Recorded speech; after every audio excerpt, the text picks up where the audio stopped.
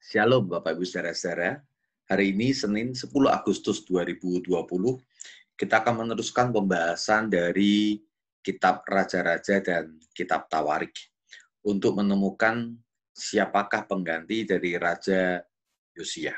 Mari kita masuk pada pembahasan kita. Temanya adalah baru salah sedikit kok sudah dihukum berat. Baru salah sedikit kok sudah dihukum berat. Hari ini kita hanya membahas tentang kisah Raja Yoahaz atau nama lainnya Raja Salum. Yoahaz berumur 23 tahun ketika rakyat memilih dan mengangkat dia menjadi raja. Ketika Yosua meninggal, ya di dalam peperangannya menghadang Raja Mesir. Raja Mesir, Anda lihat Mesir itu ada di sebelah selatan, dan Raja Mesir waktu itu adalah Firaun Neko. Dia sedang berangkat untuk membantu kerajaan Asyur. Asyur ada di sini. Ya, jadi sementara Mesir akan melewati Yerusalem, Yehuda, untuk membantu Asyur. Waktu itu Asyur dalam situasi akan berperang melawan Babel. Ya, kerajaan Babel sedang berusaha untuk melepaskan diri dari kekuasaan Asyur. Maka ketika Babel melepaskan diri dari Asyur, ya lalu kemudian Mesir membantu. Sementara Mesir membantu, Yosia, waktu itu Raja Yerusalem yang sangat kuat, dia diberkati oleh Tuhan, dia menghadang Neko.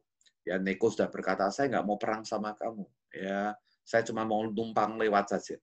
Namun Anda juga ingat waktu itu Yosia dalam situasi juga ingin melawan Asyur, bahkan sempat ya membangun beberapa koalisi dengan Babel. Ya berikut juga demikian juga Raja Hizkia berkoalisi dengan Babel untuk melawan Asyur, karena dianggap waktu itu Asyur justru menjadi ancaman karena Asyur yang kuat dan sedang menekan akan Yerusalem, menekan akan Yehuda.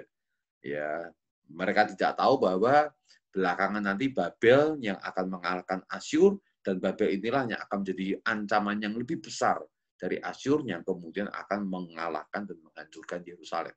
Situasinya waktu itu belum dipahami. Jadi Yoahaz ini menggantikan ayahnya Yosia yang meninggal ketika menghadang akan Neko. Dia adalah anak ketiga dari Raja Yosia. Jadi bukan anak sulung, dia anak ketiga sebenarnya. Nama ibunya adalah Hamutal binti Yeremia dari Libna. Dikatakan ia hidup melawan Tuhan, ia memerintah hanya 3 bulan. Firaun Neko, setelah dia mengalahkan Yosia, rupanya ya, ia juga melihat bagaimana Yoahaz ini kemudian diangkat menjadi raja, menggantikan Yoahaz, menggantikan Yosia.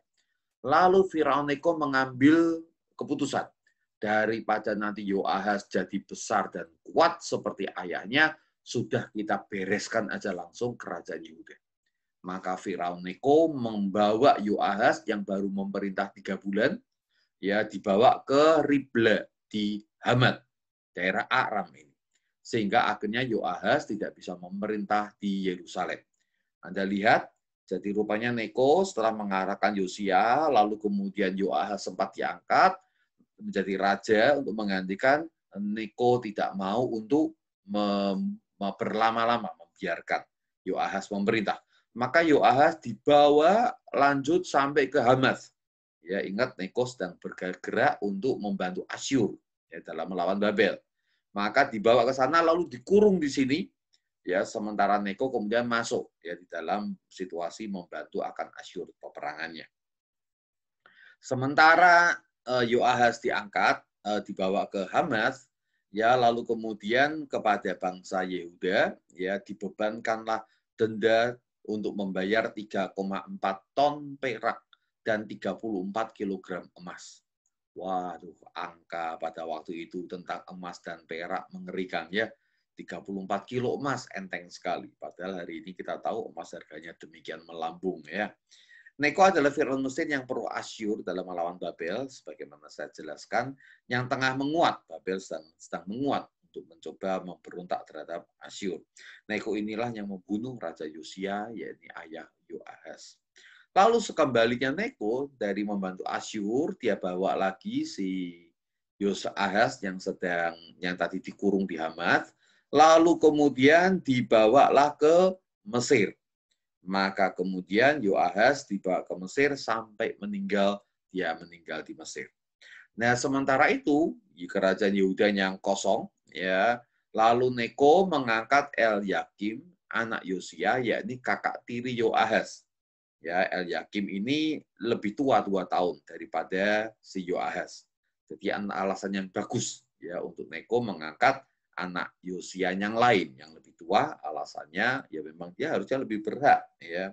Jadi si Elyakim ini adalah kakak tiri daripada Yoahaz. Ya, kita akan membahas kisah Elyakim ini pada besok hari.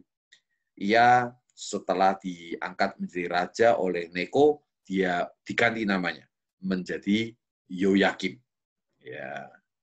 Nah, ada sebuah kisah dari catatan Yeremia mengatakan, orang Yehuda janganlah berduka untuk kematian Raja Yosia. Tangisilah saja Yoahaz putranya, sebab ia telah dibawa pergi dan tak akan kembali. Tanah tumpah darahnya tak akan dilihatnya lagi. Saudara, Yoahaz ini mengalami nasib yang mengenaskan. Dia baru diangkat jadi raja, belum melakukan banyak hal, ya baru memerintah 3 bulan langsung diangkut ke Hamat, lalu kemudian langsung dibawa ke pengungsian di Mesir sampai mati. Dia belum sempat jadi raja yang memerintah dengan baik. Catatan Alkitab cuma satu, ia hidup melawan Tuhan. Saya berpikir mengapa dia hidup melawan Tuhan baru 3 bulan. Sudah mengalami nasib yang mengenaskan semacam ini. Bapak Ibu memang baru 3 bulan. Tapi 3 bulan yang dijalani oleh Yoahaz adalah 3 bulan yang sangat berarti dan sangat penting. Karena 3 bulan yang dibuat oleh Yoahaz telah menghancurkan semua reformasi rohani yang dibuat oleh ayahnya, yakni Raja Yosia. Raja Yosia telah berpayah-payah untuk membangun akan reformasi rohani karena baik ayahnya maupun kakeknya adalah seorang yang bejat dan melanggar akan firman Tuhan. Ia berpayah-payah mengikuti jejak kakek buyutnya, yakni Raja Hizkia, untuk menegakkan kembali perayaan Paskah, untuk membangun lagi bait Allah dan seluruh perayaan-perayaan yang dilakukan secara adat Musa atau menurut hukum Taurat. Namun semuanya itu dihancurkan oleh Yoahaz. 3 bulan saja ia memerintah.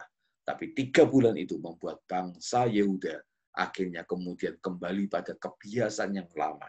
Dan menjadi sebuah jembatan untuk kemudian si Yoyakim, pengganti Yoahaz ini kemudian menerapkan pola perilaku yang betul-betul melawan Tuhan dan sudah meninggalkan Tuhan.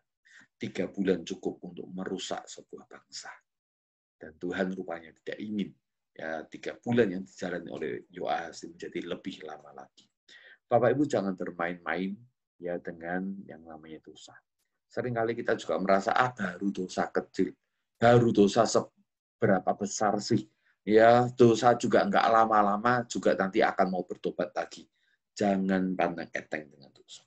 Ya kadang-kadang Tuhan untuk membuat supaya dosa ini tidak menjadi lebih besar dan lebih berkembang lagi. Tuhan melakukan tindakan untuk menyelamatkan ya dengan cara ditarik ya yang namanya Yoahaz ini dari pemerintahan di Yehuda. Mari kita tundukkan kepala sambil kita merenungkan akan materi hari ini. Firman-Mu Bapa Surgawi sangat jelas, gamblang, tegas, bagaimana Engkau Tuhan selamanya tidak berkompromi dengan dosa, sementara Yosia mulai untuk membangun akan reformasi rohani, dan kemudian Yoahaz berusaha untuk menghancurkan dengan seketika. Maka Engkau ya Tuhan mengambil tindakan yang tegas dan membawa Yoahaz ini untuk kemudian diungsikan ke Hamat, bahkan kemudian ke Mesir. Tuhan ajar kami untuk menyadari supaya kami tidak memberikan celah sekecil apapun untuk dosa bercokol, untuk dosa mengambil tempat, untuk dosa mengendalikan dan menghancurkan segala kebiasaan yang baik, segala ibadah kami yang baik kepada-Mu ya Tuhan. Roh Kudus terus berikan kami sensitivitas, kepekaan untuk boleh mengerti akan Engkau. Dalam nama Tuhan Yesus kami memohon.